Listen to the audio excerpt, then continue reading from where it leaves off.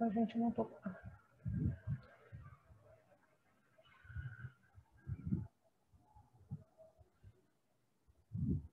Posso começar?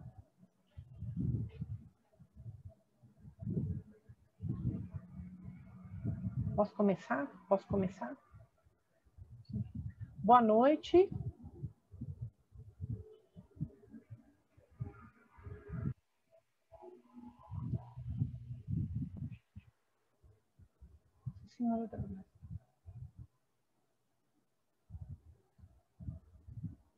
Boa noite a todas e todos.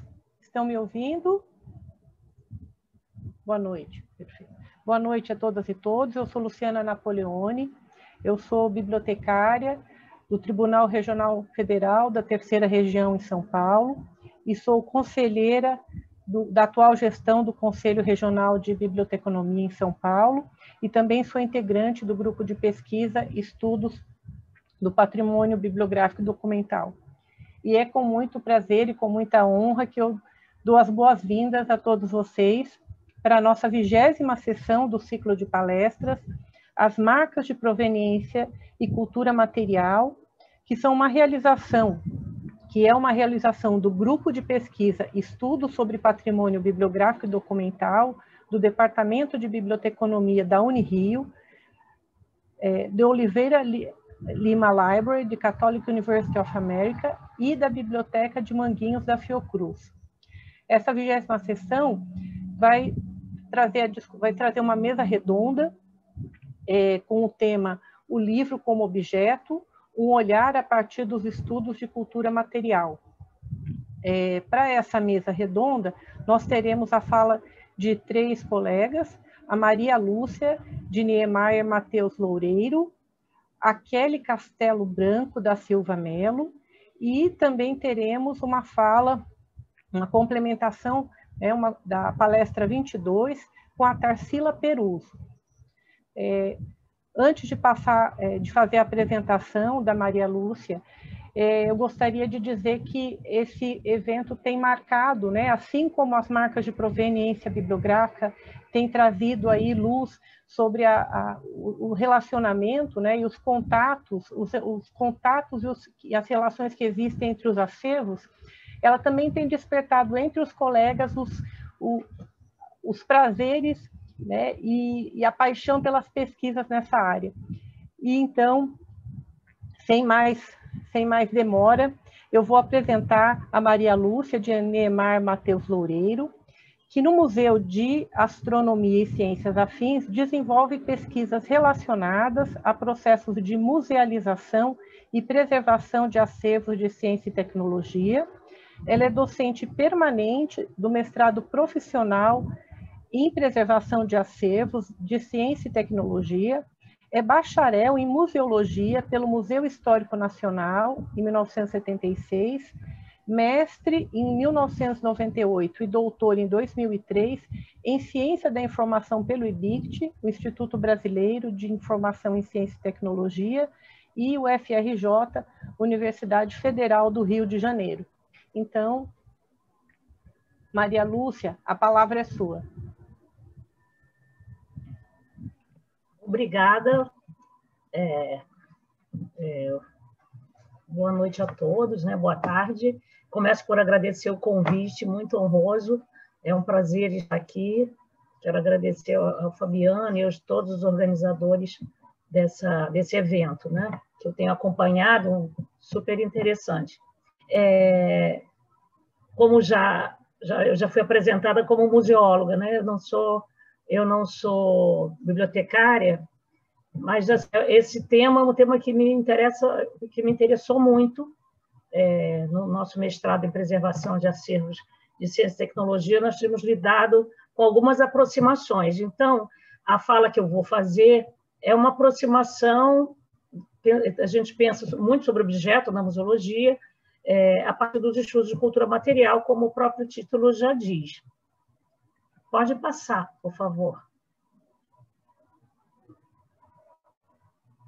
Bom, então esse trabalho que eu passo a apresentar vai abordar o livro em sua condição de objeto, a partir dos estudos de material, de cultura material. E eu começo por essa afirmação de Conza e Raymond, que foi um texto, né, que foi dado pelo Fabiano, interessantíssimo, de que livros são artefatos, como quaisquer outros objetos feitos, modificados ou usados por seres humanos.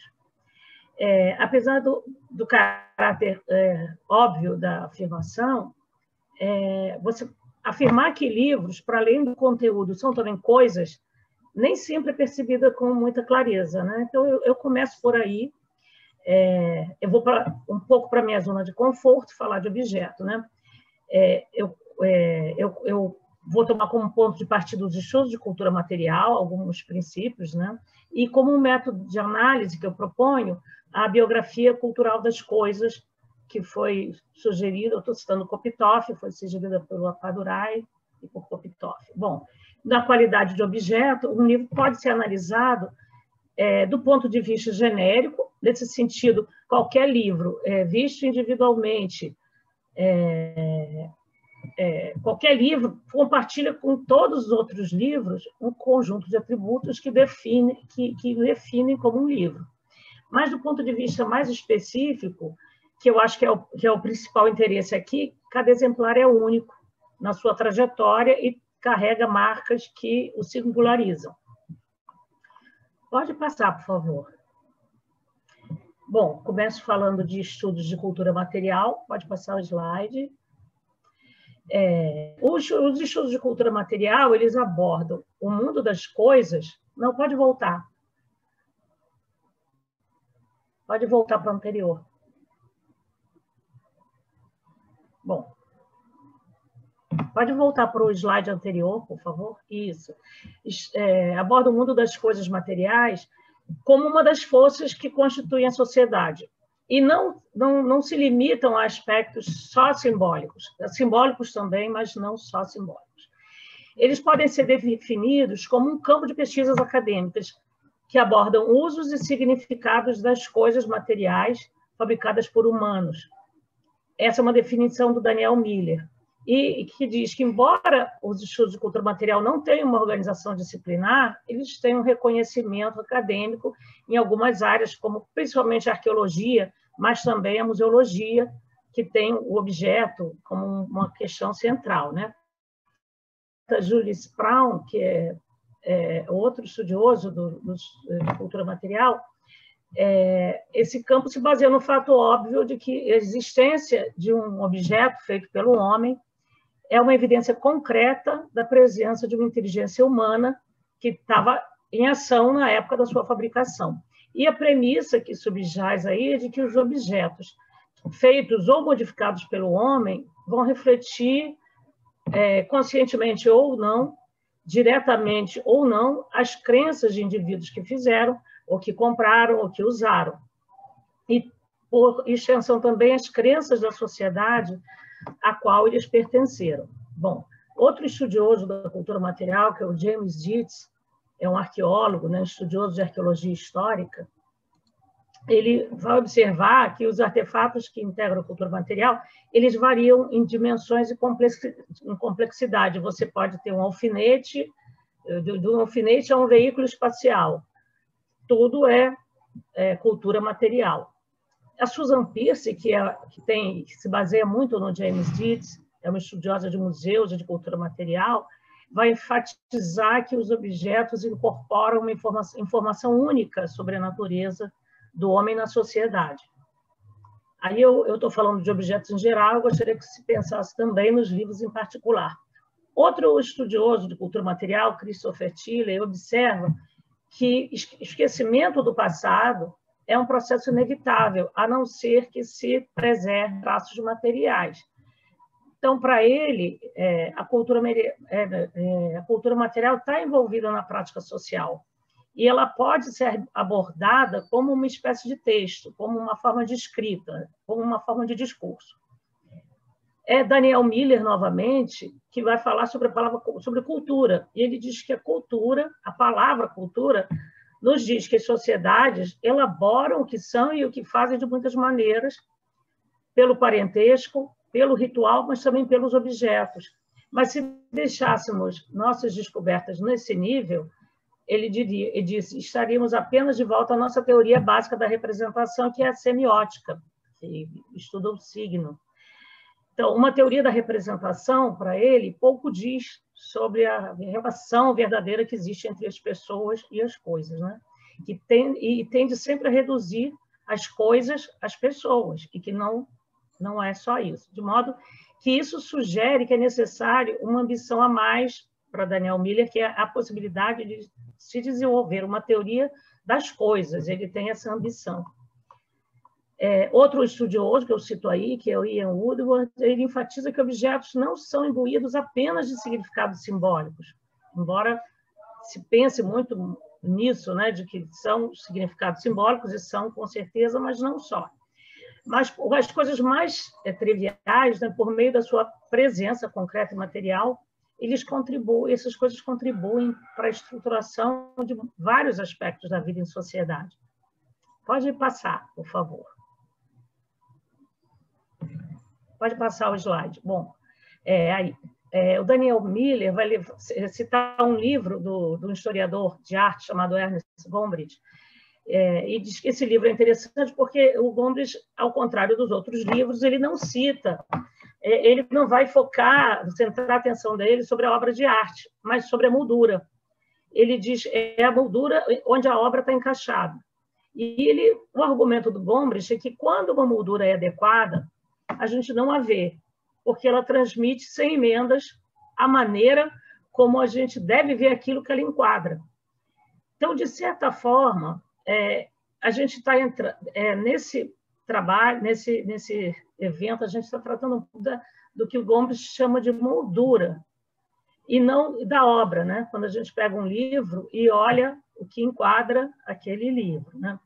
O Daniel Miller puxa essa questão da moldura porque ele diz, eu digo, o livro aqui a gente vê como moldura, e não é comum começar uma discussão pela moldura. Mas o Daniel Miller diz que a força dessas coisas, algumas coisas são invisíveis. Assim, a moldura ela não é vista, as pessoas estão ali olhando a Bapurô, no Museu lá de Arte Latino-Americana, lá de Buenos Aires, mas não estão olhando a moldura, você lembra do quadro. Mas que a força dessas coisas triviais, ela reside exatamente no fato de que elas não são mencionadas, de que essas coisas são invisíveis, são coisas triviais. E essa condição, as coisas chegam a essa condição de invisibilidade porque são familiares e são tidas como dadas. Então, essas coisas, um livro, as pessoas não pensam pouco no livro como um objeto, vamos dizer, como uma moldura da literatura, do trabalho, da obra que está ali dentro. E Daniel Miller vai dizer que as coisas materiais que nos cercam têm importância e significado justamente porque são desdenhadas, negligenciadas, porque têm esse caráter tão comum. Como outros objetos que povoam o nosso mundo, como roupas, mesas, cadeiras, automóveis, os livros também são elementos que têm uma presença muito familiar em nosso cotidiano. Isso torna eles quase invisíveis, né, como um objeto. E aí, de novo, eu volto a Conza e Raymond, que eu abri o trabalho com eles, que observam que a palavra livro está de tal maneira enraizada na linguagem falada que a gente quase não nota quando ela é usada. Pode passar, por favor. Pode passar o slide, está ótimo. Aí eu falei que... pode ir para o seguinte, para frente, esse. Então, para abordar o livro pela abordagem biográfica, né, pela biografia cultural, então a gente vai se concentrar nos exemplares que são pensados como objetos únicos. Cada exemplar tem, então, uma trajetória única no tempo e no espaço que vai singularizar ele como um objeto e se materializa em vestígios e marcas que está sendo tratado nesse evento e que vão documentar a proveniência, uso, etc. E, a partir dessa perspectiva, então, um livro não equivale aos outros exemplares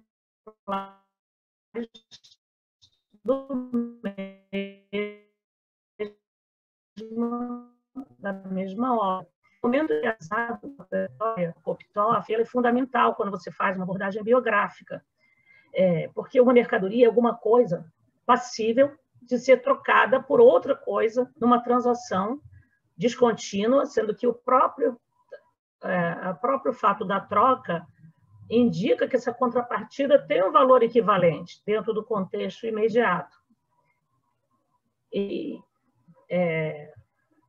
ele aponta também a cultura como uma força, e diz que existe um impulso de mercantilização das coisas e que a cultura é uma força que se opõe a esse impulso e que é uma força de singularização, né? Enquanto o impulso de mercantilização homogeneiza as coisas, torna-las iguais, equivalentes, a cultura diferencia, distingue e singulariza. Então, o Koptoff sugere que os objetos sejam tratados por meio de uma biografia, da mesma maneira que se faz biografia de pessoas. Então, cabe ao biógrafo interrogar as coisas, dirigir as coisas, as mesmas, assim, perguntas similares ao que você dirige quando você vai fazer a um indivíduo, quando você quer traçar uma biografia. Então, essas biografias têm início com a criação, com a fabricação do objeto, e devem assinalar o momento e o ato em que esse objeto é singularizado.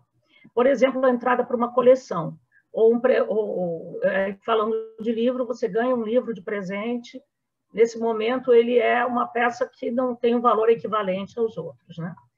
No caso dos objetos de museu, o momento da musealização é um momento de singularização, em que o objeto deixa de se equivaler aos outros similares, né?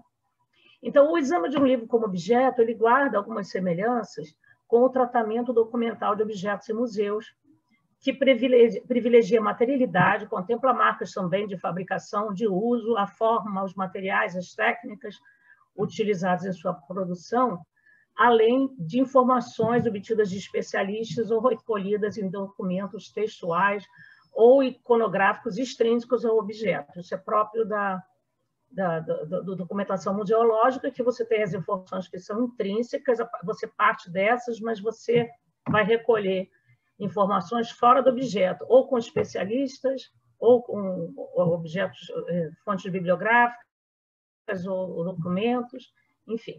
Um outro pesquisador, chamado Samuel Alberti, um estudioso de instrumentos científicos e de museus de ciência, ele sugere que os museus recorram à abordagem biográfica como proposta por Koptoff para analisar a trajetória dos objetos em suas coleções, considerando diferentes etapas da vida desse objeto, da vida, entre aspas, lógico, antes e depois do ingresso no museu, quando ele é singularizado, né? E que deixa, pelo menos provisoriamente, de ser mercadoria. Então, por exemplo, marca de proveniência, uso, etc., vão fornecer pistas para traçar essas biografias. Aí eu diria que a abordagem biográfica pode ser aplicada também aos livros, vistos como objetos, assinalando não só aspectos genéricos, como o momento da criação, da autoria, por exemplo, ou a publicação do livro, a edição, mas principalmente informações sobre a trajetória individual daquele exemplar, a partir de informações que estão disponíveis sobre sua aquisição, por exemplo, o marco da sua passagem, que é o marco da passagem de mercadoria a um objeto singular. Bom, pode passar. Eu trago alguns exemplos. Pode passar o slide, sim. Aqui eu vou trazer uns exemplos. O slide anterior e esse. A anterior é uma, assim, eu estava falando, é uma das marcas mais conhecidas, nas pinturas, por exemplo, a assinatura numa obra de arte e uma data. Essa é uma pintura de um pintor suíço chamado Albert Anker, que era um pintor muito popular na época dele, né? E eu assinalei como marca, né, a assinatura e a data, que é Anker, 1905. Pode passar o outro. Isso. Esse aí já é uma obra do Almeida, de 1892, eu vou dizer que isso é uma marca a gente pode pensar como uma marca de proveniência, de autoria, de fabricação.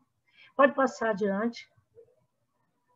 Bom, aqui a gente vai ver, eu trouxe alguns exemplos da coleção do Observatório Nacional no Museu de Astronomia. Alguns objetos do acervo museológico. Esse é um termógrafo registrador elétrico. Ele vem do Observatório Nacional, né? Essa peça, ela tem a marca de uma firma inglesa, é da Cambridge Scientific Instrument Company, que está assim em amarelo. O objeto a gente pode ver no estojo da peça, né? Algumas marcas do observatório, algumas marcas de inventários, de registro. Agora, a gente vê aí, ao lado, ele está entre duas imagens de uma publicação, né, esse é um manual de instruções. O MAST tem uma coleção de catálogos de fabricantes de instrumentos. Então, alguns dos objetos que a gente tem na coleção têm esses catálogos que vão fornecer algumas informações. Nesse caso, é o manual de instruções desse termógrafo registrador elétrico, que vai fornecer dados sobre esse objeto. É interessante esse porque é só dele. É um manual de 1907, né, que já vai informar a data aproximada. A gente não pode garantir que ele seja de 1907, mas que ele, pelo menos, ele é posterior, é mais ou menos daquela época, ele não pode ser anterior, né? E também é interessante que no manual a gente vê ali à direita que ele tem uma assinatura de Morise, que era o diretor, Henrique Morise era o diretor do Observatório Nacional, na época, né, em que a peça foi comprada. Então, a gente pode fechar que esse objeto vem de 1907 até da época do Morise, né? Essa peça foi objeto de estudo de uma pesquisadora e bolsista lá do MAST, bolsista PCI do Programa de Capacitação Institucional, que fez um belo capítulo, apresentou um trabalho no MAST Colóquia, que é um evento que temos lá no MAST, e tem um capítulo que foi publicado e está disponível na internet sobre essa peça. Né? Ela fez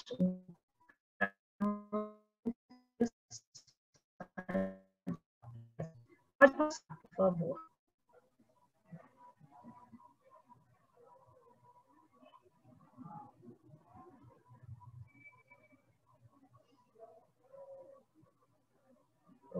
O próximo slide é uma outra peça.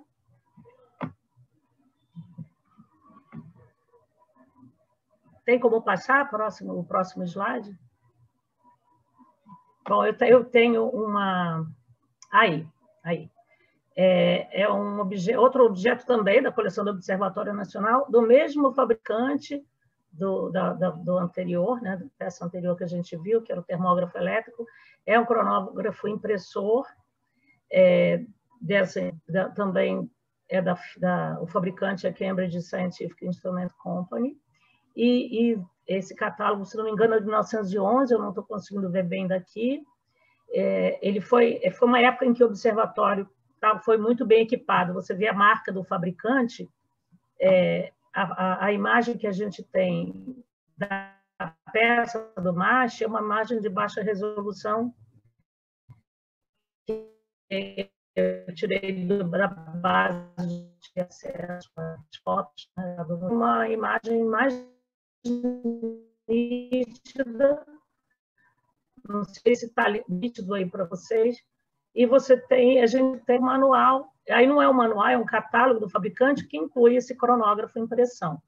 Então, assim, além das marcas do objeto, a gente vai buscar informações que são extrínsecas ao objeto. Pode passar para o próximo slide, por favor.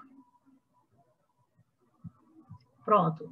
Aqui a gente tem um previsor de marés, ele é da segunda metade da década de 20, ele foi pouco depois de 25.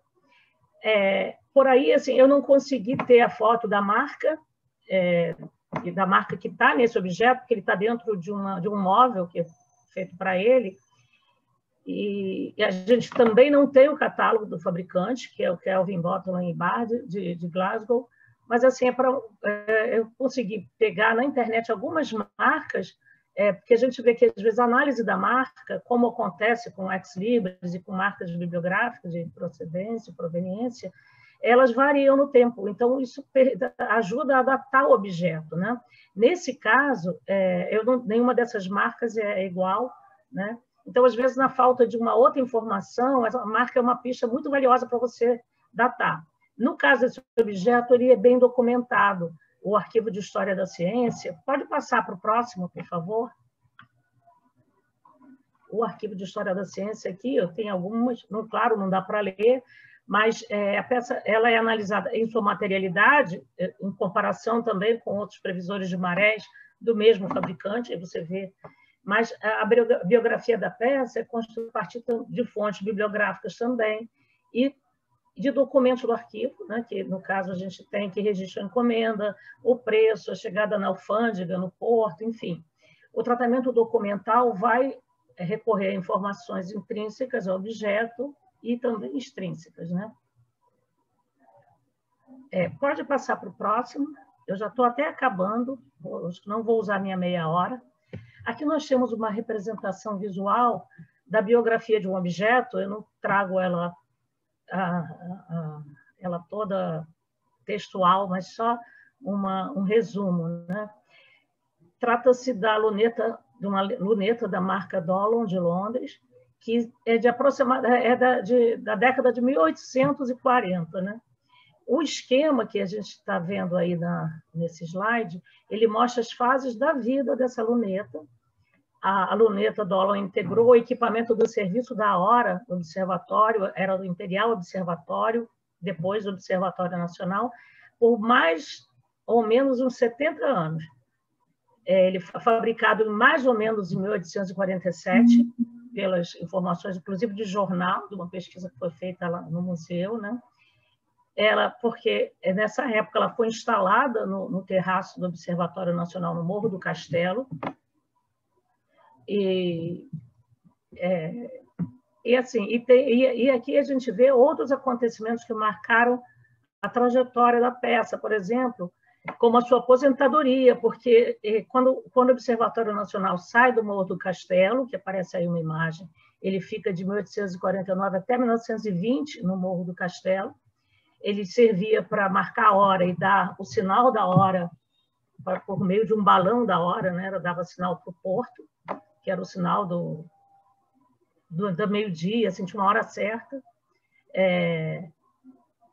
Depois disso, ele vai para a exposição do Centenário da Independência, porque o Morro do Castelo, depois que foi demolido, a área foi feito onde fica a esplanada do castelo, né? E foi feita uma grande exposição em 1922. Ele participou dessa exposição, foi uma das peças que foram levadas para a exposição.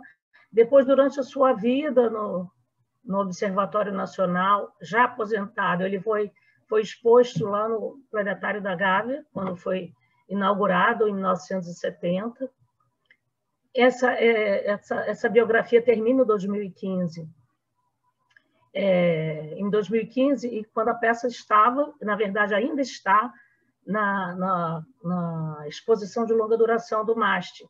Ele está lá na sala de exposição ainda, porque a exposição de longa duração ela ainda permanece a mesma, né? Isso foi feito para os 30 anos do MAST, em 2015, mas a peça continua na exposição de longa duração. Bom, eu vou terminar por aqui, pode passar as referências. Pode passar as referências. Eu agradeço, então. Não sei se... Eu acho que eu não passei do tempo, não é, Luciana? Não, você... Maria Lúcia, você foi muito comedida aí na sua fala, que foi extremamente rica, uma fala extremamente rica, inspiradora. Eu fiquei aqui pulando na cadeira, né, com as ideias que vieram surgindo, a abordagem que você trouxe aí da biografia, né, da abordagem biográfica, né, e da cultura material, está conversando diretamente com todas as falas que nós temos vindo e só está enriquecendo. Então, muito obrigada pela sua fala, né? Eu que agradeço de estar aqui. E agora, mas você continua conosco e agora eu vou chamar a Kelly para continuar a nossa mesa redonda, né? Kelly, bem-vinda, bem-vinda. Obrigada. Kelly, bem-vinda. Eu vou fazer sua apresentação. A Kelly é bacharel em biblioteconomia pela Universidade Federal do Rio de Janeiro, Unirio, mestre e doutora em Memória Social pelo Programa de Pós-Graduação em Memória Social da Unirio, participa de grupos de pesquisa Memória Social, Tecnologia e Informação, Espaços e Práticas de Biblioteconomia e também estudos sobre patrimônio bibliográfico documental. Atualmente é professora efetiva do Departamento de Biblioteconomia da Universidade Federal do Rio de Janeiro, Unirio, professora colaboradora do Programa de Pós-Graduação em Biblioteconomia da Unirio e coordenadora do curso de licenciatura em Biblioteconomia da mesma universidade. Então, Kelly, passo a palavra para você. Você vai ter aí de 20 a 30 minutos para falar. Isso. Acho que o seu microfone ainda não está ligado. Acho que ainda não. Eu acho que não tá... É porque eu tentei agora ligar sim. aqui. Eu tentei ligar, mas falou que o anfitrião é que tinha que permitir. Eu não estava conseguindo fazer isso. Kelly, bem-vinda. São as emoções, do ambiente virtual. Bem-vinda. Nossa, vocês não têm ideia. Eu tinha preparado o texto todo aqui da apresentação, já estava tudo certo. Esbarrei no fio do computador, desligou tudo. Eu falei, meu Deus, eu perdi a apresentação. Mas só acho que eu consegui recuperar. Fortes emoções aqui, está até me tremendo. Não, fique tranquila, vai ser uma excelente fala. Muito bem-vinda, a palavra é sua. Muito obrigada. Eu agradeço pela oportunidade. É sempre muito bom estar participando desses eventos. Maria Lúcia, acho que a gente tem uma conexão supraconsciente, porque eu estava vendo aqui o que eu preparei para apresentar e está muito, muito junto com a tua fala, tá? Sabe? Parece até que a gente combinou e escreveu junto. Eu começo sempre do princípio, digamos assim, né? Eu gosto muito de um texto do Foucault, que ele fala das escritas de si, e quando ele está tratando das cadernetas gregas, ele fala sobre a importância de se perceber no escrito as linhas de descendência, digamos assim, né, das leituras, ou seja, perceber naquilo que a gente faz, naquilo que a gente escreve, aqueles que a gente leu, aqueles que contribuíram para a construção do nosso conhecimento. Então, eu sempre começo assim, eu acho isso importante. Ao programa de pós-graduação em Memória Social da Unirio, que está dentro de mim, a todos os professores dessa instituição que contribuíram tanto para o meu caminho, e principal e fundamentalmente a minha orientadora, Leila Beatriz Ribeiro, que enfim, está comigo, e quem a conhece o trabalho dela. Quando eu falo, percebe, né, a orientação dela em mim, isso é muito importante. Então, o que eu estou trazendo aqui também é parte da pesquisa que eu fiz na minha tese, que foi orientada por ela. Então, professora Leila, muito obrigada. Obrigada por tudo, e ela está presente aqui na minha fala também, tá certo? Eu vou mostrar para vocês, porque estamos falando de cultura material, então eu tenho aqui a materialidade da coisa, e eu vou advogar pelos objetos. Alguns dos textos base, né, da minha apresentação é o Casaco de Mar, aqui, do Peter Stalibras, Matéria e Memória, do Henri Bergson, abrasileirando o nome dele, né? Troços e Coisas, do antropólogo Daniel Miller. Vou utilizar as categorias base do Appadurai, do Arjun Appadurai, na Teoria Social das Coisas. E vou usar também as categorias, o conceito, principalmente o conceito de semióforo proposto por Pomian, no texto História Cultural e História dos Semióforos, que está aqui nesse livro, que é Para uma História Cultural, um livro muito bom, super recomendo a leitura, é excelente. E aí, qualquer outra referência que vocês precisarem, é só sinalizar. Eu também utilizo vários antropólogos, como o Ingold, o Leroy Gourhan, Daniel Miller e Octave de Barry, e eu vou sinalizando, né, a presença desses autores ao longo do meu texto, mas pode ser que em algum momento eu, né, me concentre mais na fala e não destaque a procedência, mas, enfim, eles estão em mim, então, depois, no final, também eu posso falar um pouco mais sobre as referências de uma forma mais extensa. Então, começando, né, a gente está falando do livro como objeto, a gente está falando do livro como objeto, eu vou falar primeiro sobre os objetos, né, e a importância dos objetos na nossa vida. Né? Acusados de fetichismo, com uma conotação até negativa, até meados da década de 1970, os estudos referentes à cultura material não eram valorizados dentro das tendências hegemônicas nas ciências sociais, que, seguindo uma tradição moderna, se apoiavam justamente na separação, né, na polarização entre pessoas individualizadas e as coisas mercantilizadas, nessa separação entre individualização, mercantilização, pessoas e coisas. E nessa separação, nessa polarização, sujeito, objeto, humano, não humano, que é uma das oposições ideológicas centrais das sociedades capitalistas. Né? Relegado ao status único de mercadoria, fruto do capitalismo, o objeto era visto com desconfiança e como um elemento limitante da experiência humana e das relações sociais. Observa-se, entretanto, nos últimos 20 anos, um movimento de retorno aos objetos, que busca retirá-los desse lugar de acessórios postos em segundo plano, para encará-los como atores principais em pleno direito sobre a cena da análise sociológica. Essa concepção ressalta a importância de considerar nas relações sujeitos tanto humanos quanto não humanos, buscando superar o dualismo, né, fetichismo, antifetichismo, materialização, subjetivação dos processos sociais. Em consonância com essa concepção, nós buscamos aqui reforçar esse movimento, propondo um entendimento das coisas como componentes inseparáveis da experiência humana e do ser humano nesse mundo. Né?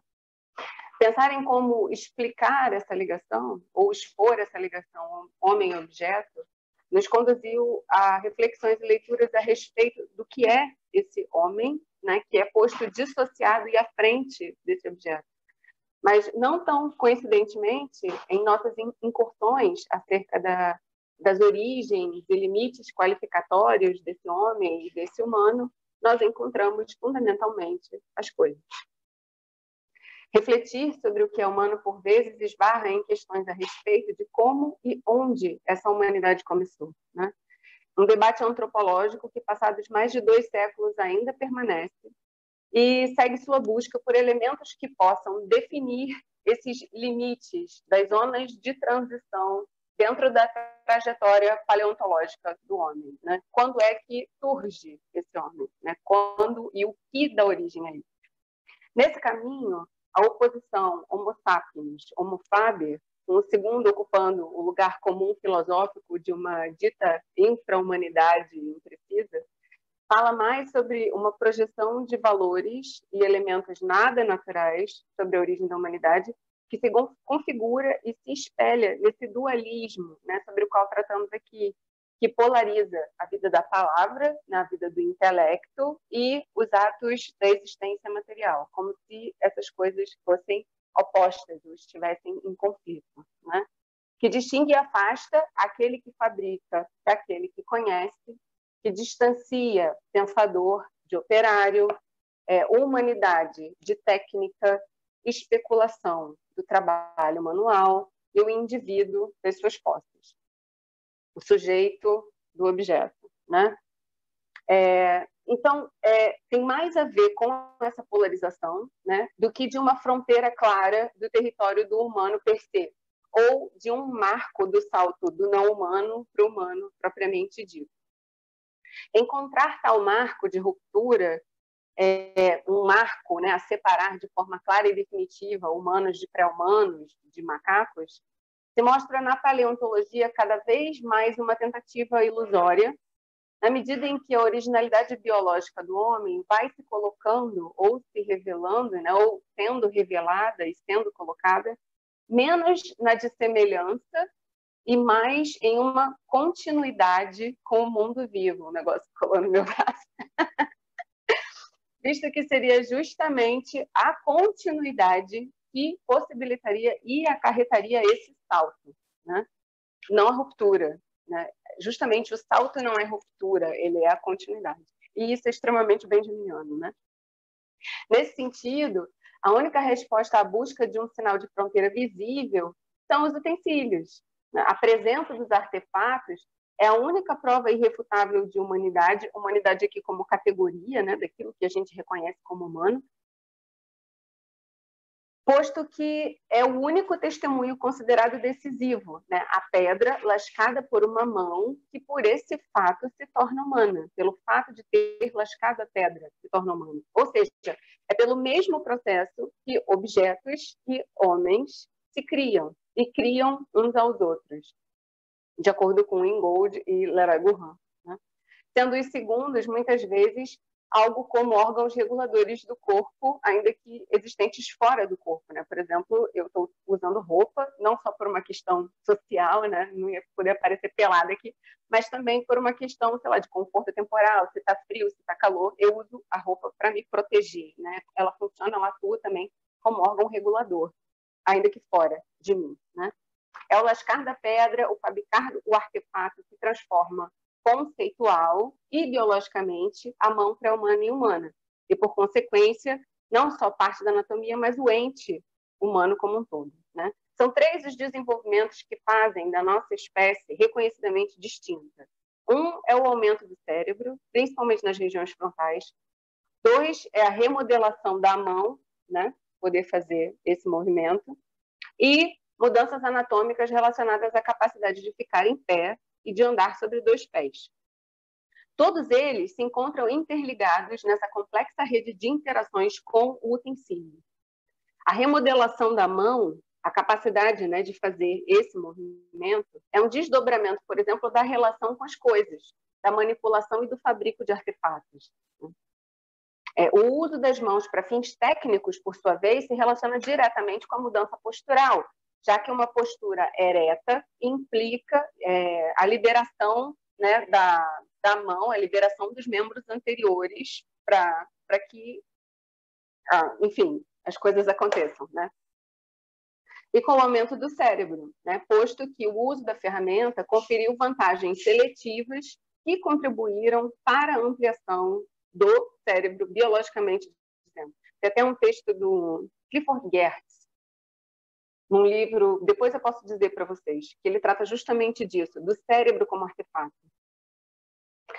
E tudo isso, né, no caso, as ferramentas que conferem vantagens seletivas, que implicam numa mudança estrutural cerebral até, já conectam intimamente a tecnicidade, a relação com os utensílios, com o fabrico, né, com características qualificadoras do que é a espécie humana.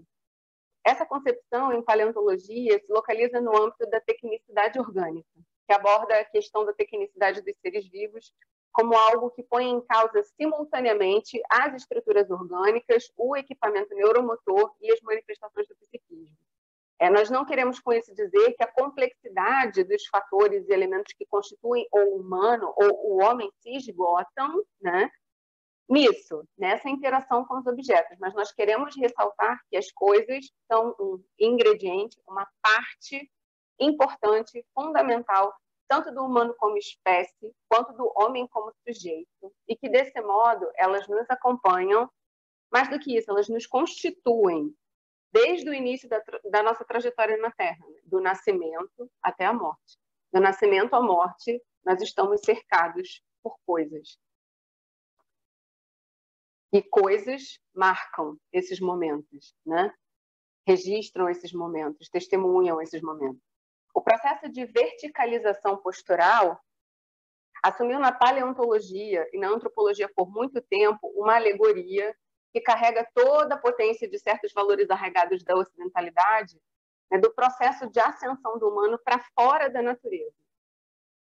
Tem aquela célebre ilustração do Huxley, né, de 1863, comparando os esqueletos do gibão, negócio colando em mim, do gibão, do orangotango, do chimpanzé, do gorila e do ser humano, parece mostrar um esqueleto que caminha suave e linearmente em direção ao futuro para alcançar de cabeça erguida o topo da evolução, né? O triunfo da cabeça sobre os calcanhares, ou seja, a libertação dos poderes do intelecto, né? do aprisionamento do corpo, da matéria, a emancipação do mundo material, né? Do mundo natural.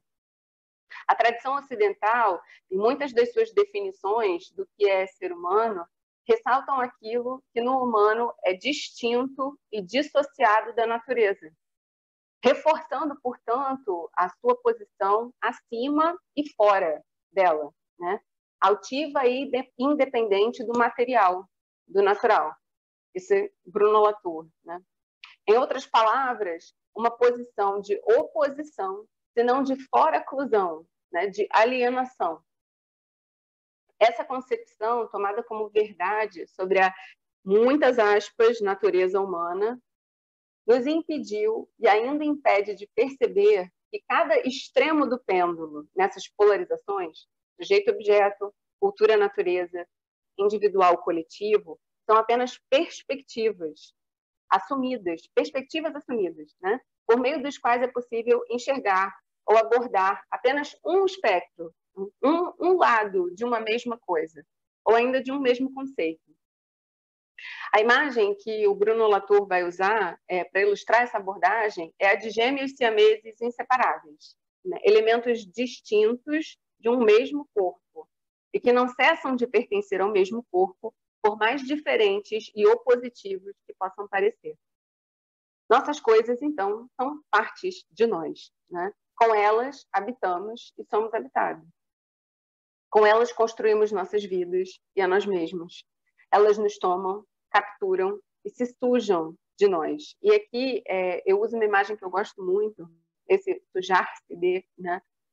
Referente a uma fala do Mia Couto no documentário Língua, Vidas em Português, que ele diz assim: eu acho que a língua portuguesa é hoje, talvez, uma das línguas europeias com maior vivacidade, com maior dinamismo. Não por causa de nenhuma essência especial do português, mas por causa de uma razão histórica que aconteceu no Brasil, em que Portugal deu origem a um filho maior que o pai. A língua passou a ser gerida por outros mecanismos de cultura. Depois, aconteceram os países africanos, que introduziram na língua portuguesa alguns fatores de mudança, de coloração, que tornam o português hoje realmente uma língua que aceita muito, que é capaz de introduzir tonalidades, variações, que enriquecem muito, não só do ponto de vista linguístico, mas do quanto ela pode traduzir culturas. O que foi notável foi, depois de um processo histórico que está para além da língua, como é que essas culturas se mestiçaram. E, a certa altura, o português perdeu o dono, quer dizer, ficou sem dono, felizmente, e namorou no chão, e namorou na poeira do Brasil, e namorou também aqui, na poeira de Moçambique, quer dizer, sujou-se, no sentido que Manuel de Barros dá, sujou-se nesse sentido que é capaz de casar com o chão. E aí eu me lembro das marcas de proveniência, né? E de como nessa sujeira a gente encontra a presença e a excepcionalidade, né? E como isso potencializa o objeto que carrega essa sujeira. Mas, voltando, o puído da roupa, por exemplo, faz lembrar o corpo, a interação. A blusa favorita pode estar desbotada, pode estar rasgada, mas ela continua a ser a preferida pela vida passada que ela tomou emprestada de nós ao longo do tempo e que ainda está ali, né, enquanto a blusa estiver. A boneca, sem a qual a criança não dorme, não é a que protagoniza os comerciais dos canais infantis, mas talvez a esteticamente duvidosa que ela costurou com a mãe numa tarde de tédio. Nós nos vamos e as nossas coisas ficam em nosso lugar, ocupando espaço de armário, espaço de afeto e também povoando o mundo de nós, mesmo quando nós estamos ausentes. É comum, então, porém é comum, né, vermos e tratarmos das coisas muitas vezes como superficialidade e das pessoas que se importam com coisas como superficiais, e o superficial significando aqui o pouco profundo em termos filosóficos, né? No dicionário Caldas Aulete eu trouxe aqui uma uma definição, né? Um dos significados propostos é aquele que valoriza coisas pouco importantes, o superficial, né? Aquele que valoriza coisas pouco importantes, que julga pela aparência. E com a aparência aqui nós retornamos à superficialidade, o que jaz à superfície, né?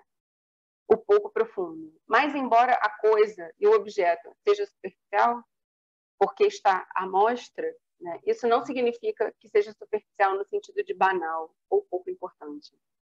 Retomando uma citação do Stalibras, tornou-se um clichê dizer que nós não devemos tratar pessoas como coisas, mas trata-se de um clichê equivocado. O que fizemos com as coisas para devotar-lhes um tal desprezo? E quem pode se permitir ter esse desprezo?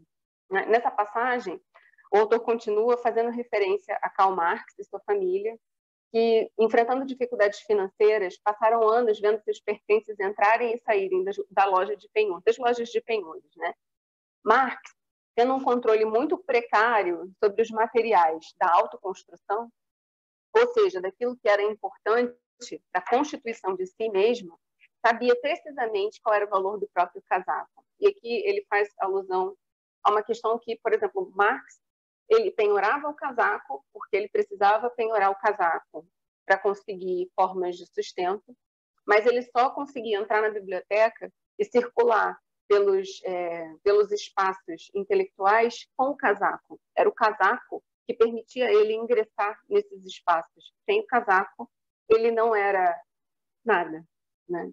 E ele vivia esse conflito constante de ser e não ser, ser algo e não ser, sabe?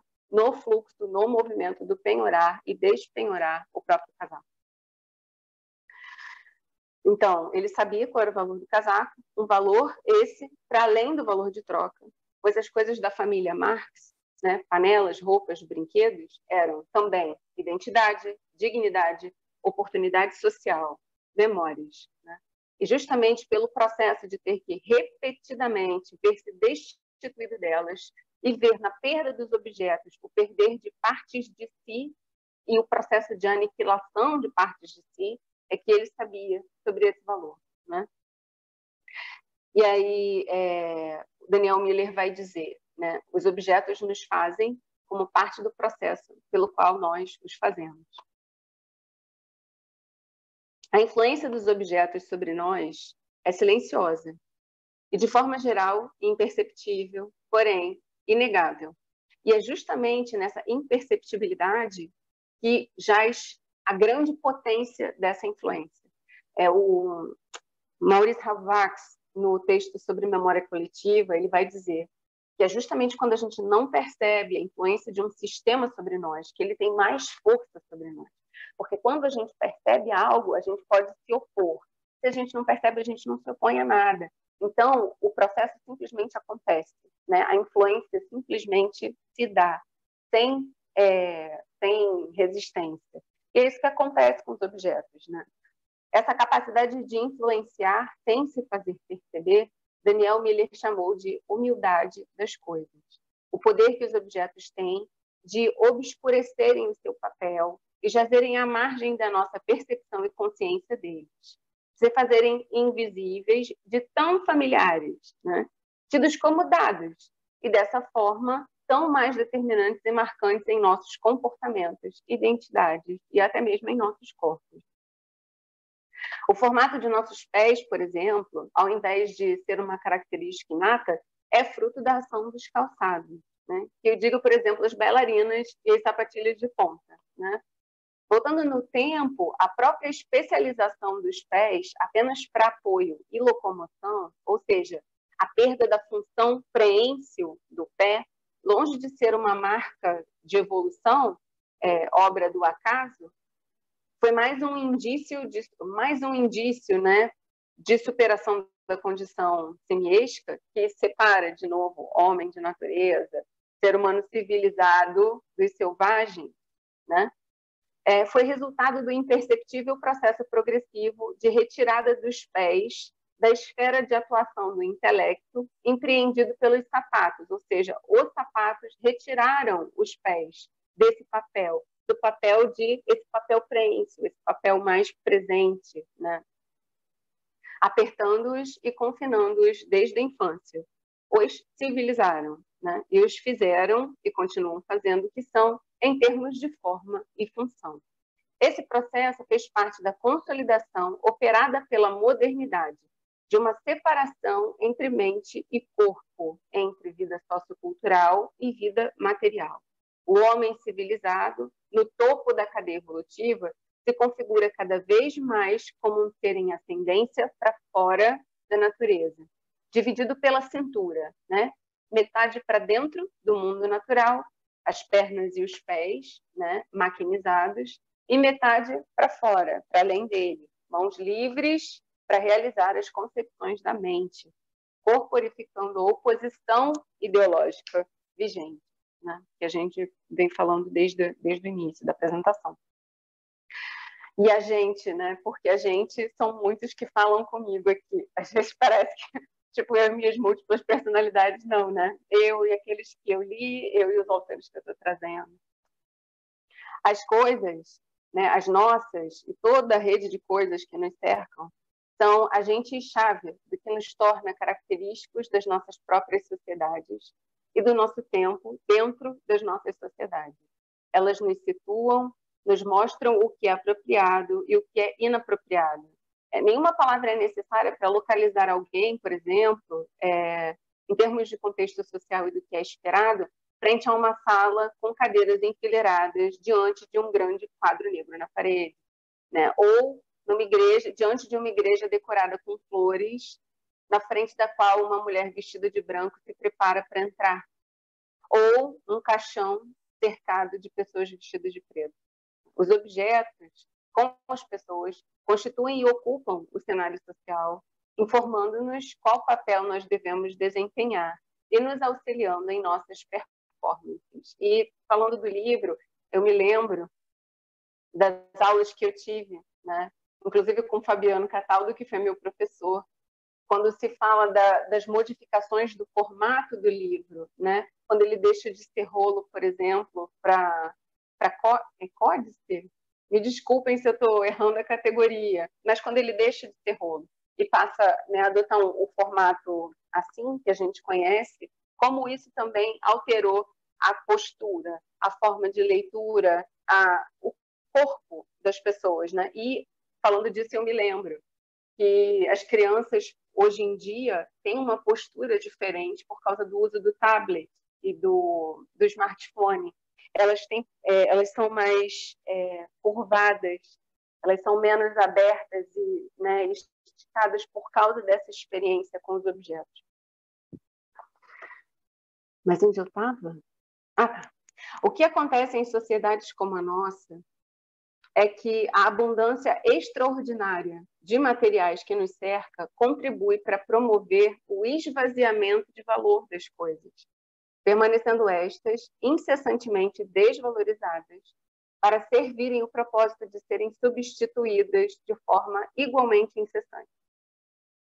Tal configuração é comumente compreendida e criticada como o materialismo da vida moderna. No entanto, o foco no material, que seria esperado, né, de uma postura dita materialista, tipo um amor pelo material, é justamente o que falta nessa dinâmica capitalista extremamente abstrata. Pois se o materialismo da vida moderna implicasse uma valorização das coisas em si, conforme a expressão dá a entender, elas não seriam tão inerentemente substituíveis, né? E o sistema como um todo não seria o que é. A origem desse equívoco, e isso eu estou conversando aqui com o Stalibras, principalmente, a origem desse equívoco pode ser localizada, segundo Stalibras, na apropriação do conceito de fetiche da antropologia do século XIX por Karl Marx para aplicá-lo às mercadorias. Já deu tempo?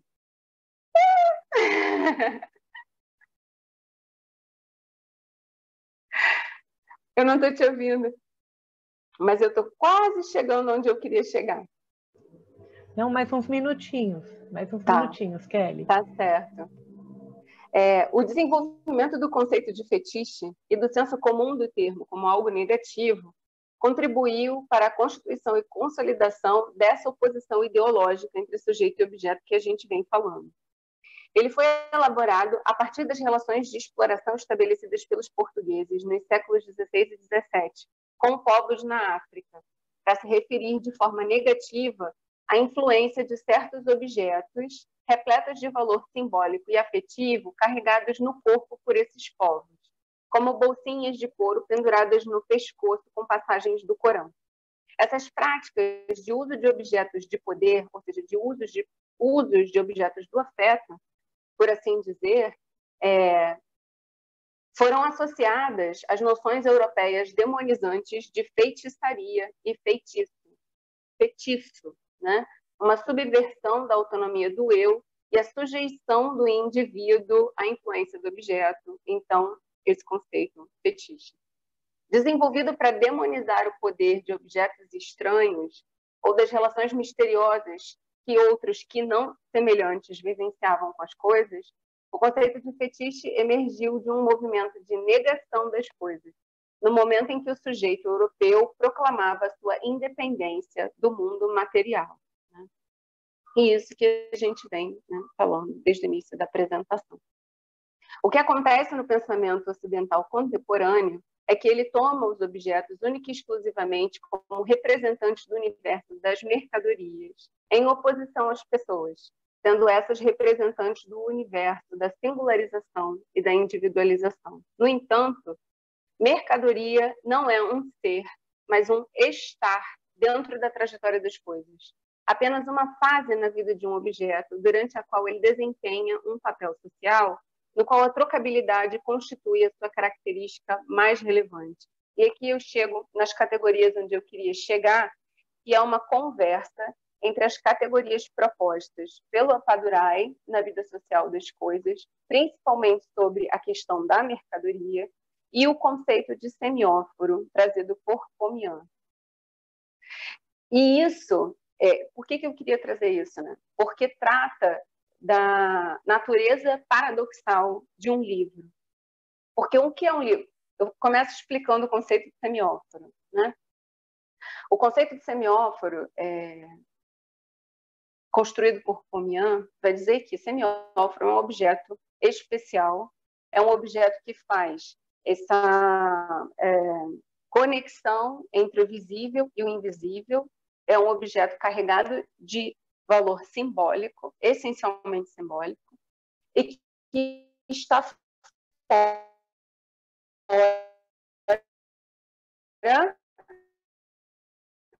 do circuito das mercadorias. E ele vai falar que, então, os objetos de coleção são semióforos.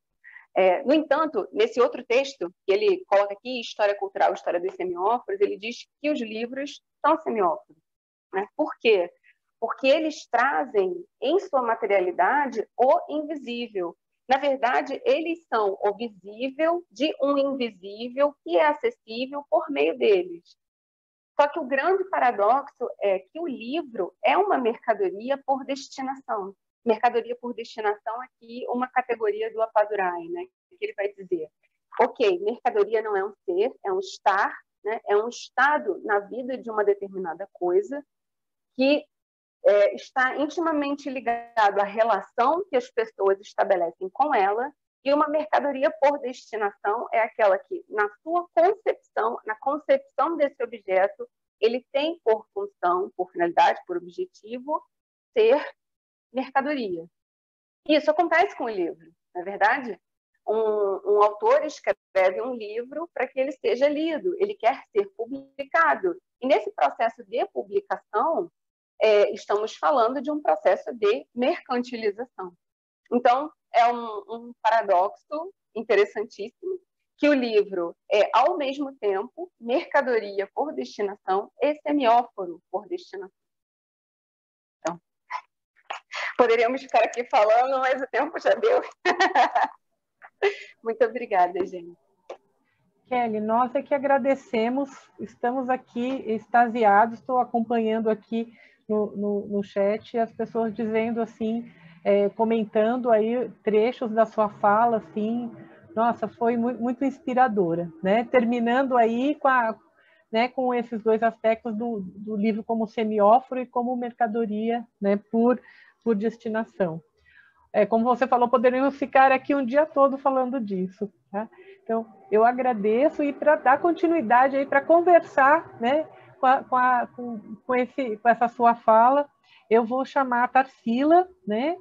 A Tarsila vai trazer um complemento da palestra 22, a palestra 22 trata das atualizações dos estudos e práticas na catalogação de materiais bibliográficos raros e especiais, experiência da seção de obras raras da Biblioteca de Manguinhos da Fiocruz. A Tarsila possui mestrado em Ciência da Informação, graduação em Biblioteconomia pela Universidade de Santa Catarina em 2005 e atualmente ela é servidora da Fundação Oswaldo Cruz, Fiocruz, no Rio de Janeiro, e desenvolve pesquisas na área de obras raras e especiais. Tarsila, é um prazer ter você conosco. Com você a palavra. Obrigada, Luciana. Só deixa eu aumentar aqui o volume. Bom, pessoal, essa é na verdade, a continuidade de um tema que foi apresentado na terça-feira passada, juntamente comigo e com a minha colega Fátima, e nós temos desenvolvido lá na sessão alguns trabalhos na área de catalogação. Então, a minha apresentação, né, que foi junto com ela, na terça-feira a Fátima comentou bastante sobre as nossas marcas de proveniência, sobre a história da nossa biblioteca, e hoje eu vou abordar um pouquinho sobre como todos nós, temos alguma dificuldade, né, em encontrar uma forma de parametrizar todas as marcas que nós encontramos. Então, na verdade, o meu trabalho, né, e a minha exposição de hoje é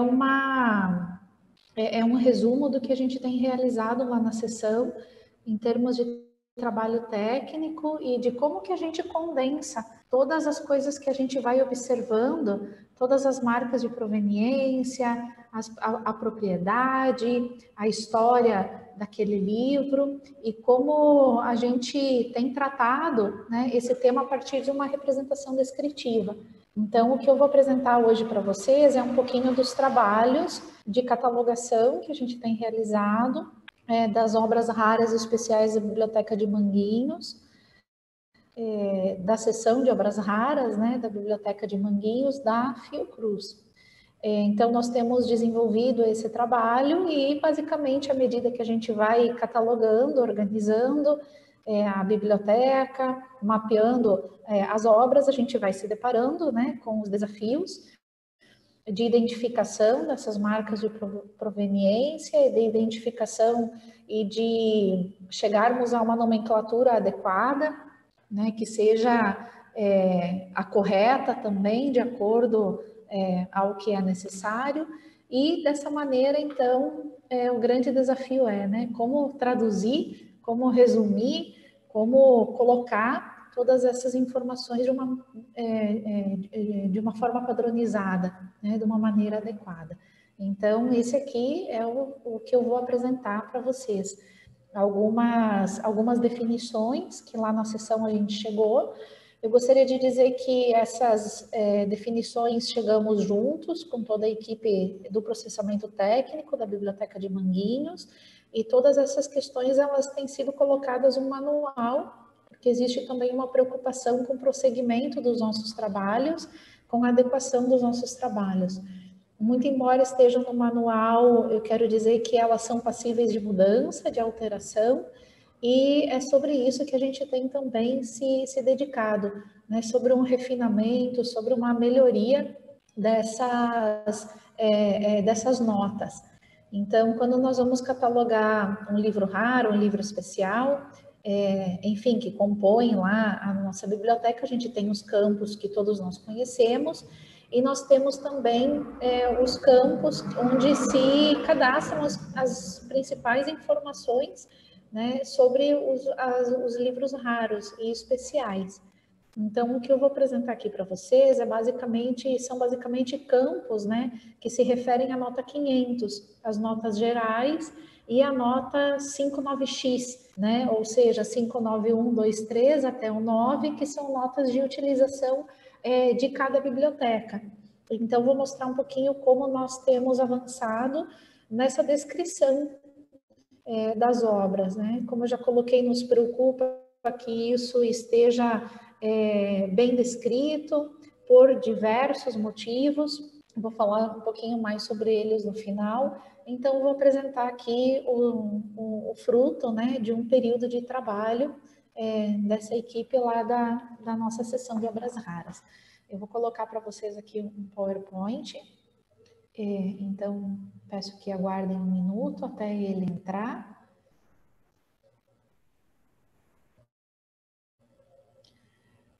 Bem, se tiver algum problema, alguma questão, eu peço ao apoio técnico que me sinalize, tá bom? Foi. Então, como vamos inserir os dados que nós levantamos de uma forma que é ordenada, padronizada, unificada e ao mesmo tempo de fácil recuperação? As notas, como esse é a nossa abordagem nessa noite, são aquelas marcas de proveniência, né, que nós temos estudado, como, por exemplo, um ex-libris, né, como, por exemplo, alguns carimbos, como, por exemplo, uma assinatura com a data. Quero dizer que está em fase de teste, não só a descrição, que é um trabalho que a gente vem realizando, a gente disponibilizar a imagem dessas marcas, né? Por mais que a gente se preocupe em descrevê-las adequadamente, a gente sabe que a imagem fala bastante. Então, está em fase de implementação a partir do campo 856 do MARC, justamente que a gente possa acessar, né, essas marcas de proveniência e ter também esse registro imagético, que vamos chamar dessa maneira. O software que a gente usa lá na biblioteca é o Aleph, é um software de catalogação e gerenciamento de bibliotecas, e, bem, é sobre ele que então nós registramos, né, essas informações. Quando a gente fala sobre as notas, a gente vai, lá na sessão a gente trabalhou e entendeu que existem duas informações importantes sobre os livros que nós devemos inserir nessa descrição. Algumas dessas notas, elas já chegam com o livro, que nós chamamos aqui de notas gerais, né, que são preenchidas através do campo 500. E nós demos o nome de notas intrínsecas, são aquelas que já vêm de impressão, né, já vêm impressas com o livro, faz parte do livro. E as outras notas, que seriam aquilo que nos interessa nessa noite, as marcas de proveniência, que nós chamamos extrínsecas, ou seja, elas dão, né, elas são adicionadas ao livro depois da sua impressão e vão contar um pouquinho da sua trajetória, da sua importância, dentre outros fatores. Então, dentro dessas características extrínsecas, lá na seção de obras raras, nós usamos o 59X, né, 590, que são as notas locais da nossa seção, o 591, que fala sobre o estado de conservação do item, o 563, que é a encadernação, porque muitas marcas de proveniência estão na encadernação, então nós lá na seção optamos por incluí-las dentro do 563, que é o campo específico de registro de catalogação, e 856, que é o acesso eletrônico e registro imagético, que eu já falei para vocês. Então, quais seriam aquelas características que já viriam impressas com o livro? Nós aqui citamos algumas, os cadernos numerados, os caracteres, né, pelos quais que caracterizam a impressão do livro, reclamo, vinhetas, as estampas, a filigrana, o frontispício, ou seja, essas coisas que já vêm com o livro. Então, essas informações, para nós, elas iriam no campo 500. Só que, ao longo do processo, né, de desenvolvimento do nosso trabalho, a gente também percebeu que não basta somente incluir o que o livro ele possui, que são características de acordo ao seu tempo, né, ao tempo em que ele foi impresso. E chegamos, então, também há uma fórmula, né, de como cadastrar isso dentro das nossas notas, justamente para que se tenha uma ordem, se tenha uma parametrização, para que a gente consiga, quando for necessário, fazer um relatório e que a gente consiga contabilizar, não só quantificar o nosso acervo, mas também dar a ele a importância e perceber a qualidade e a diversidade que ele tem. Por mais que a gente saiba isso pelo nosso próprio trabalho, pela nossa própria ação, é muito diferente de termos isso de uma maneira ordenada. Então, dentro dessas notas, né, do campo 500, nós dedicamos, então, conversamos e chegamos a um denominador de como inserir essas notas lá dentro do nosso sistema, que seria o que, de quem e onde, com a identificação da biblioteca e o número do exemplar, porque nós somos uma biblioteca que participa de uma rede de bibliotecas da Fiocruz. Então, é importante identificar que o livro é da nossa biblioteca, porque pode ser que tenham mais livros. Então, um exemplo aqui, o que? A dedicatória impressa, de Oswaldo Cruz, né? De quem? De Oswaldo Cruz, onde? Na folha de rosto, e qual a biblioteca? Seção Biblioteca de Manguinhos, seção de Obras Raras, exemplar 3. E dessa mesma forma, a gente foi procedendo com as notas que guardam essas marcas de proveniência. E que essas aqui que eu estou apresentando na tela para vocês são aquelas que a gente foi listando, né, e que foram aparecendo ao longo do nosso trabalho. Ex libris, marginalia, carimbo seco, molhado, do encadernador, assinatura, as anotações, dedicatórias, e dessa mesma maneira, um exemplo aqui de como nós iríamos inserir essas notas. Então, o que, né?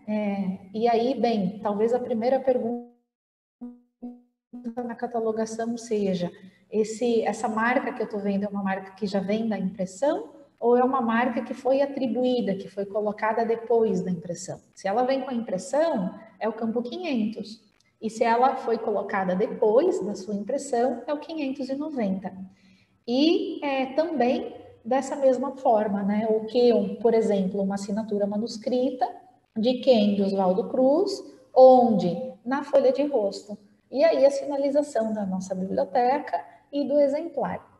Eu não coloquei aqui para vocês o print da tela da catalogação, porque ia ficar muito pequeno, tá bem? Então, aqui embaixo é um exemplo, e esse sinal aqui significa que é em branco, né? Para a gente, convencionamos que ele é em branco e o subcampo é o A, que é preenchido. Depois, a gente vai encontrar também uma outra nota que nós passamos a utilizar, e é onde também a gente vai encontrar algumas, né, marcas de proveniência. E aqui eu queria citar, né, o campo 563, que é a encadernação. Nele a gente pode encontrar um Superlibris, a gente pode encontrar o brasão, a gente pode encontrar, por exemplo, uma particularidade, né, daquela coleção da nossa biblioteca, como, por exemplo, a folha de guarda do Instituto Oswaldo Cruz, que é uma folha de guarda bem característica, que é essa aqui que eu estou mostrando para vocês, a Fátima já comentou na nossa outra apresentação, e como isso seria então colocado, né? Como essa encadernação ela seria descrita dentro da catalogação, dessa mesma maneira, né? Com uma fórmula onde a gente pudesse parametrizar e colocar em ordem esses elementos, o formato do material, da forração e da cor, a decoração, os elementos componentes da encadernação e da informação adicional. E aqui embaixo tem um exemplo, né? Formato encadernação em quarto, material couro marrom e forração papel marmorizado, e aí a decoração, título da obra, com filetes, florões dourados na lombada, e a folha de guarda do Instituto Oswaldo Cruz nas pastas de encadernação. Então, esse aqui é um exemplo de encadernação. Esse aqui é uma outra encadernação, desculpa, a trase da folha de guarda, né? E aqui é um exemplo de encadernação. Então, dessa mesma forma, a gente foi definindo, né, esses campos, como já coloquei, que aqui seria o 563 de encadernação. Mas ao longo da caminhada e do trabalho, a gente percebeu também que existiam alguns campos que se relacionavam, né, que se relacionam com a proveniência, mas não necessariamente você vê, né, a marca de proveniência na obra. São eles o campo 591, que seria o de conservação do item, o 583, o 585 e o 541. Então, eu trouxe aqui para vocês também alguns exemplos de como nós fomos organizando. Por exemplo, a fonte de aquisição imediata, né? Para nós é importante saber quem doou o livro. Existia uma possibilidade de inserção dele no item, mas nós definimos que ele ficasse aqui como uma nota, né? Então, esse é um exemplo dos campos que a gente definiu de doação, né, com os seus respectivos subcampos. O campo 585 é um campo de exposição. Então, por que é importante saber, né, qual foi a exposição que participou, qual é o estado de conservação, qual é a fonte de aquisição, quem doou, né, qual é a história desse livro, porque tudo isso nos ajuda a compreender a trajetória, né, daquele exemplar e fazer com que a gente tenha também registros de por onde ele passou, qual foi a sua última apresentação ou qual é o histórico dele. Então, não necessariamente o fato desse livro ter participado de uma exposição vai lhe dar uma marca de proveniência, mas isso compõe a sua história. Então, aqui, por exemplo, é uma nota sobre a exposição, que é o campo 585. Ele foi exibido, né, na exposição Insetos Ilustrados, organizada na data de. E um outro exemplo aqui é a nota de intervenção, que vai falar sobre as intervenções, como o nome já diz, que aquele exemplar ou aquele item ele sofreu. Se foi uma restauração, né, se foi alguma outra, enfim, alguma encadernação, se foi algum outro cuidado. E então essa é uma nota que a gente utiliza e que a gente vai perceber então que ele já não tem as suas características originais, né? Que ali foi feito enfim, foi mexido, né, em alguma característica que ele teve. Aqui é um exemplo para a gente, né, que fala sobre uma encadernação, ou seja, o que é que foi feito, a data que foi feito, o local, quem fez e qual foi o exemplar que sofreu a ação. No nosso caso aqui, o exemplo é de uma encadernação. O campo 591, da mesma maneira, ele fala sobre essa conservação do material. Bem, e aí nós levantamos, né, os principais pontos que deveríamos observar. Esses são os pontos que o livro apresenta, não são aqueles que, por exemplo, se ele está com sujidade, passa por um processo ali limpo, né? Seria como a memória, né, dos percalços que passou aquela obra. E aqui, então, no caso dessa nota, a gente definiu também o que, né, e onde se encontra a marca, né, que a gente vai perceber que trouxe esse estado, né, e que confere esse estado de conservação no livro.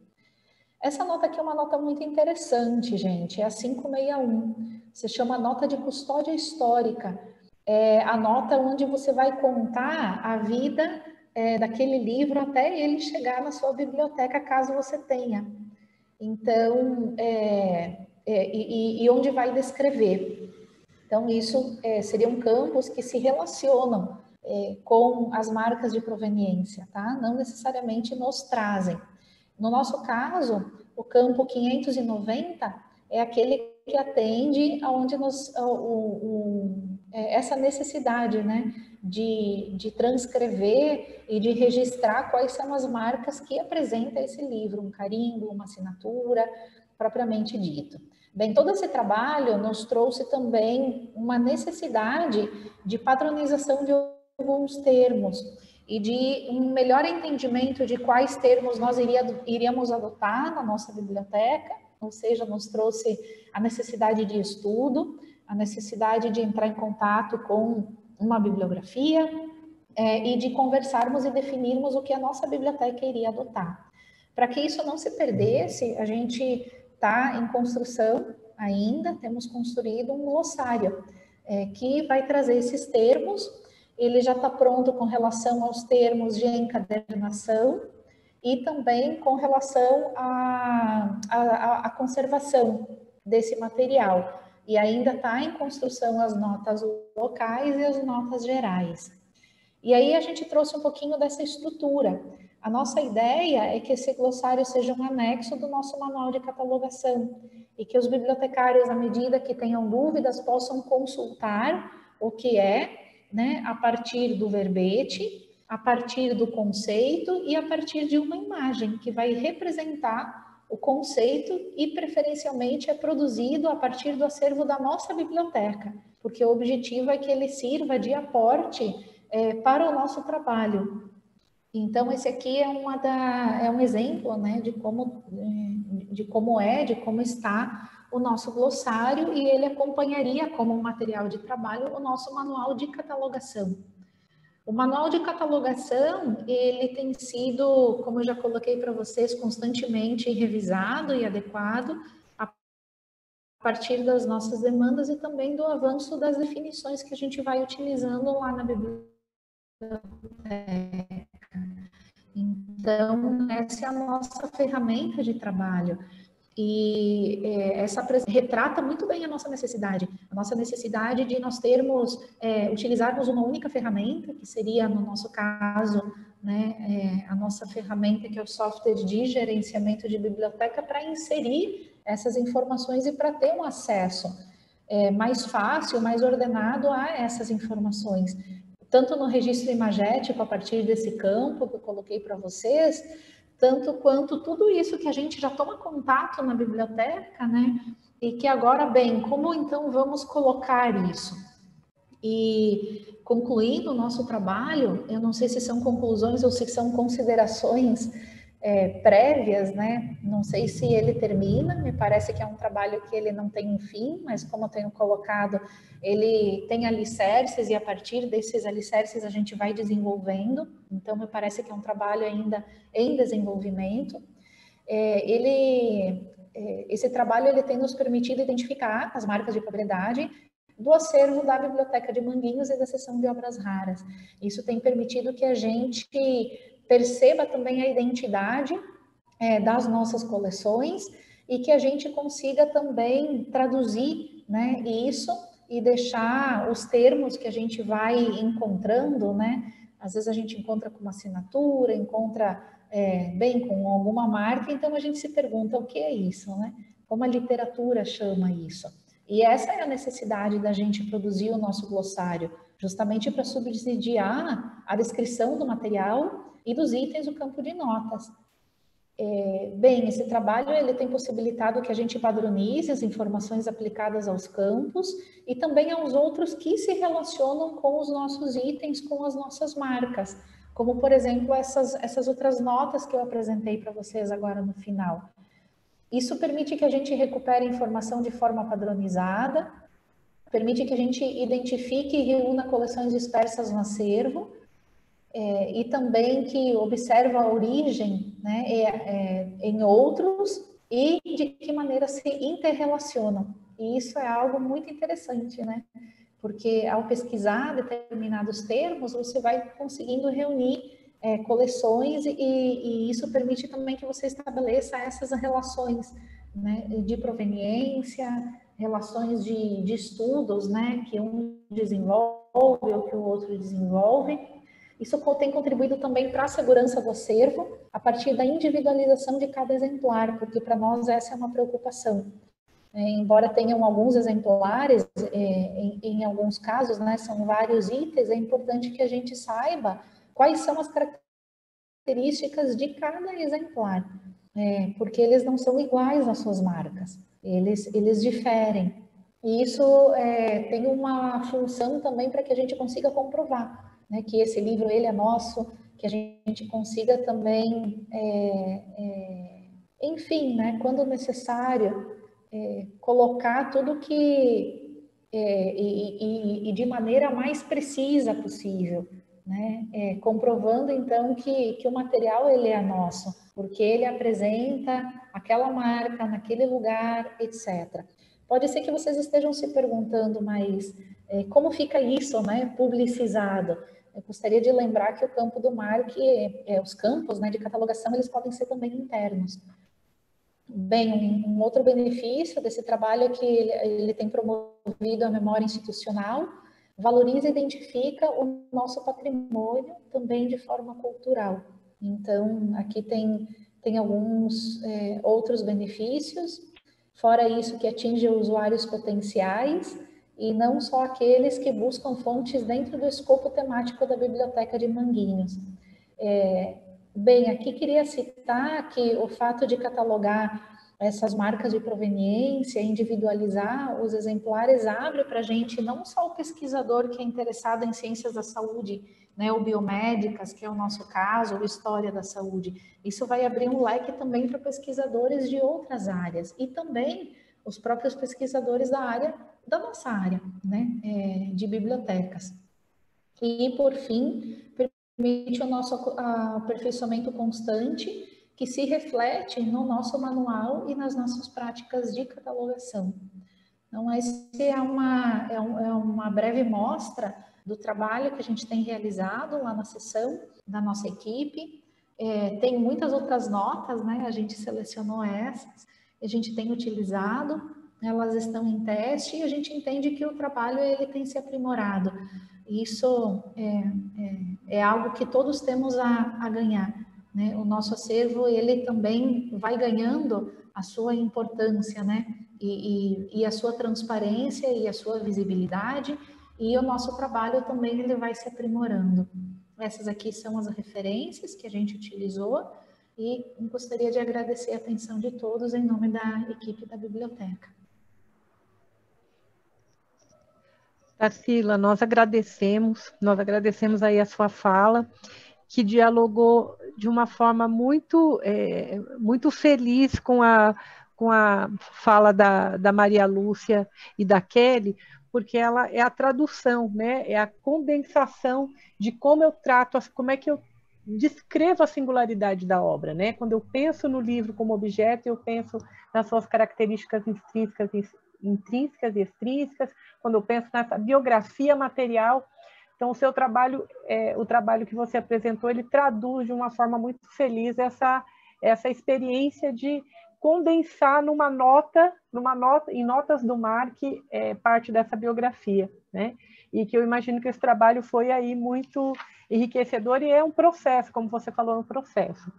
Eu gostaria de chamar agora a Maria Lúcia, chamar de volta a Maria Lúcia e a Kelly, né? Para conversar um pouco com vocês. E nós temos aqui, primeiro nós temos diversos comentários parabenizando, né, parabenizando a fala de vocês, mas nós temos aí duas questões, né? Temos uma questão do chat e temos uma questão aqui da organização. Então, a primeira, só um minutinho aqui, vou pegar minha colinha, gente, um minuto, né?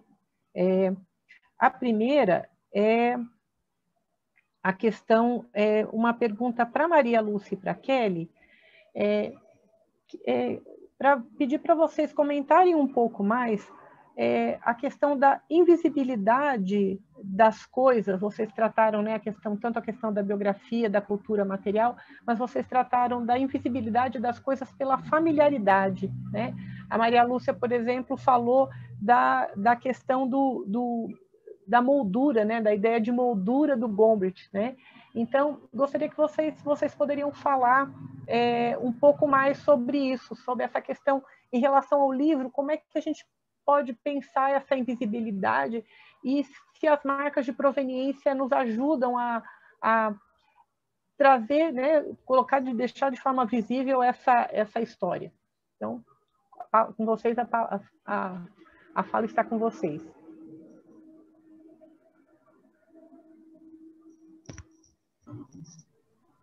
Quem fala primeiro? Posso começar, Kelly? Claro.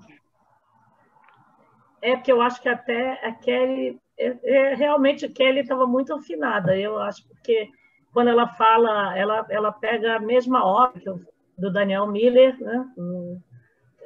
Coisas, troços, trecos de coisas, e ela até desenvolveu mais falando da humildade das coisas. Eu não cheguei a falar disso, mas o que o Daniel Miller diz que quanto mais trivial, mais familiar, então a cadeira onde eu estou sentando, a mesa, os livros também, né, que me cercam, a gente já chega num mundo de coisas e tá tão aquilo já é tão comum na nossa vida, é tão corriqueiro que você já não vê mais. Quando você entra na sua casa, você já não vê mais a cadeira, o sofá, aquilo assim meio que esse mundo já foi feito, você já chegou, você não chegou antes. A gente chega primeiro, quando a gente chega no mundo, as coisas e as pessoas nos recebem. E a gente tende a deixar de lado. Então, o Daniel Miller, ele tem um outro texto que eu acho que eu não cito, que ele fala dos estudos da cultura material, que a Kelly também comenta que era desprezado no campo da antropologia e da arqueologia, coisa menor, e tem uma grande fase em que ele diz que os estudos meio que tinham que justificar por que você ia dar atenção às coisas, e que esse tempo já tinha passado, você já estava num momento que você não precisava mais de justificativa para fazer uma prova. E quanto mais invisível a coisa, então ele não está falando das coisas notáveis, ele está falando das coisas comuns que nos cercam. Quanto mais comum, quanto mais trivial, quanto mais familiar, mais invisível e mais importante mais tem importância, né? O livro é um desses objetos que nos cercam, que a gente não para pensar naquele exemplar. Então, ele já estava aí quando a gente chegou no mundo, né? Mas tenho certeza que a Kelly vai complementar, porque ela desenvolveu muito mais essa questão, né?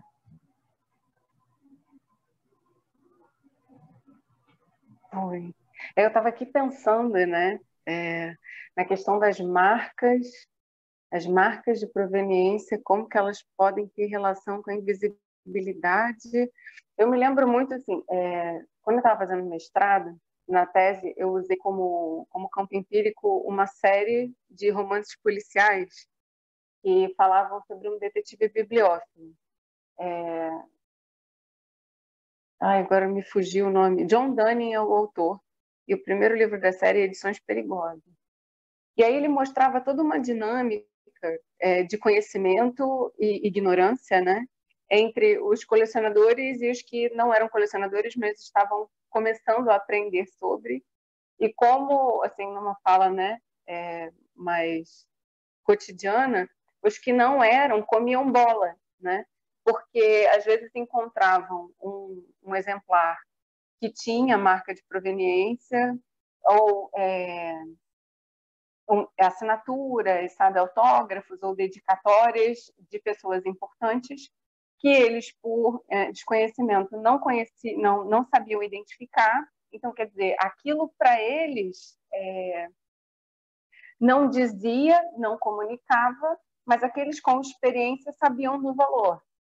Então, em muitos momentos no livro, por exemplo, os donos dos livros morrem, e aí, por transmissibilidade, fica com o filho ou com a esposa, e o filho e a esposa não sabem do valor daquilo, né? E acabam sendo enganados, porque vem um outro esperto para comprar, sabe do valor, mas não quer pagar o preço, digamos assim, né? E aí joga com a ignorância do outro. E aí fica nessa questão, né, do visível e do invisível, e do que está visível, mas não é visível para todo mundo. Não sei, eu estou aqui viajando com a pergunta. Com relação à humildade das coisas, né? Eu estava pensando num exemplo assim para dar, e eu pensei assim, quando a gente sai no escuro, sabe? Às vezes quando a gente está na nossa casa e a gente levanta de noite para ir no banheiro e a gente sai no escuro, a gente não precisa acender a luz. A gente sai andando e a gente não esbarra nas coisas, né? Mas se a gente, por exemplo, dorme na casa de um parente, alguma coisa, e acorda, a gente vai meio que tateando e esbarrando porque a gente não conhece, porque aquelas coisas não comunicam como as nossas coisas comunicam, né? Porque a gente não está acostumado. Então, é isso assim, mesmo que a gente não enxergue, a metáfora do escuro, né? Elas falam com a gente, elas estão ali e a gente não esbarra, porque a gente conhece, porque elas têm efeitos sobre a gente. E é aquilo, quanto mais invisível, mais efeito ela tem. Como com esses temas, né? Como a fala do Maurice Halbach que eu trouxe. Eu não sei se eu respondi alguma coisa, acho que eu estou aqui só refletindo, assim, só pensando.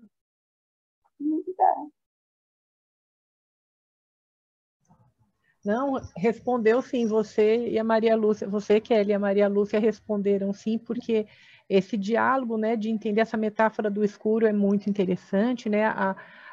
Você falou e a Maria Lúcia recuperou a ideia da humildade das coisas, né? E essa questão que é muito importante. Então, respondeu sim. E agora eu tenho uma pergunta para a Tarsila. Tarsila, na verdade, são duas, mas as duas são voltadas para o glossário, né? A primeira pergunta é de se o glossário vai ficar disponível. A pergunta é da Clarissa Afonso Silveira, está perguntando se o manual vai ficar disponível para outros bibliotecários, e a Fernanda Brito está perguntando se o trabalho de desenvolvimento do glossário e do manual também inclui o trabalho do encadernador, se eles participaram desse trabalho, né? Que ela acha importante isso. Sobre o manual, ele foi disponibilizado para a rede de bibliotecas da Fiocruz. Dentro do nosso trabalho, né, desse desenvolvimento em rede, ele está sendo disponibilizado internamente. Eu não sei informar como que vai ser essa divulgação do manual, se pretende colocar na internet, essa é uma questão que, infelizmente, eu vou ficar devendo para vocês. E sobre a outra pergunta, até agradeço muito a Fernanda por lembrar, porque teve uma pessoa que nos ajudou muito, na verdade não é uma só, são várias. Então esse manual, o glossário, ele tem sido escrito principalmente pela Maria Cláudia, que é a chefe lá da seção de obras raras, com a ajuda da Bruna. Me desculpem porque eu não vou lembrar os sobrenomes dessas pessoas. E tem uma colega de trabalho da Casa de Oswaldo Cruz, que é a Ana Roberta, e ela tem nos ajudado muito, que é dessa área mais específica, né? Então, a Bruna é nossa estagiária, ela atua mais nessa área de conservação, e elas têm nos ajudado muito quando existem dificuldades de nomenclatura, ou mesmo bibliografias para indicar. Sobre essa questão do manual, com relação ao campo das notas de obra rara, algo que ajudou muito a gente foi o Manual do México.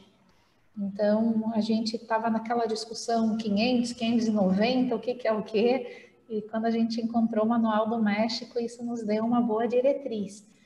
Então, eu agradeço a Fernanda, né, por lembrar também, porque a equipe não é feita só de um, né? A equipe é feita de muitos e com o trabalho dessas colegas que acabei de citar. Existem outras colegas, a equipe, ela...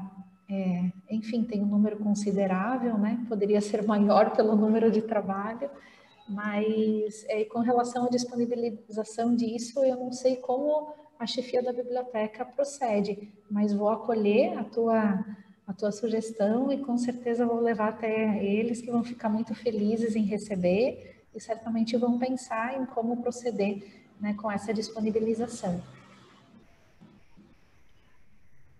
Olha, Tarsila, eu tenho certeza que não só as colegas que estão aqui no chat querem saber isso, mas eu sou mais uma que está na lista, tá? Que assina embaixo dos pedidos para que isso fique disponibilizado. É que um trabalho desse vai inspirar muito. A gente tem se adequado, né? Ainda tá se adequando, mas eu acho que ele tem aí tomado uma forma, né? Um corpo que nos atende e espero sinceramente que possa também ajudar vocês nos seus trabalhos. Olha, eu quero... para mim foi uma honra fazer a mediação dessa mesa. É uma mesa redonda tão importante, com falas tão preciosas, né? Que compuseram aí mais uma sessão, a 20ª sessão desse ciclo de palestras de marcas de proveniência. Infelizmente, por conta do tempo, a gente não vai ter mais condição de fazer, né, de colocar novas perguntas ou novos comentários. Então, quero agradecer muito a Maria Lúcia, agradecer a Kelly, agradecer a Tarsila pela fala generosa de vocês, e dizer que, com certeza, isso enriqueceu muito a todos nós. E quero também agradecer a comissão organizadora, que tem sido muito primorosa, muito zelosa, muito atenta, e que muitas vezes não transparece para vocês aqui, mas existe um suporte, existe um trabalho muito grande, muito dedicado, muito cuidadoso para cada detalhe, né? Então, quero agradecer a comissão organizadora, parabenizar essa comissão e agradecer a oportunidade de estar aqui. E convidá-los, né, convidá-los para estarem presentes no nosso último dia, que vai ser na quinta-feira agora, vai ser o nosso último dia de ciclo de palestras, né? E agradecer e terminar aqui, encerrar essa 20ª sessão, agradecendo vocês e também agradecendo a todos os presentes que estão aqui. Então, uma boa noite a todos e até quinta-feira. Para fechar o nosso ciclo de palestras. Obrigada Maria Lúcia, gente. Obrigada, Kelly, obrigada, Tarsila. Obrigada também. Tchau.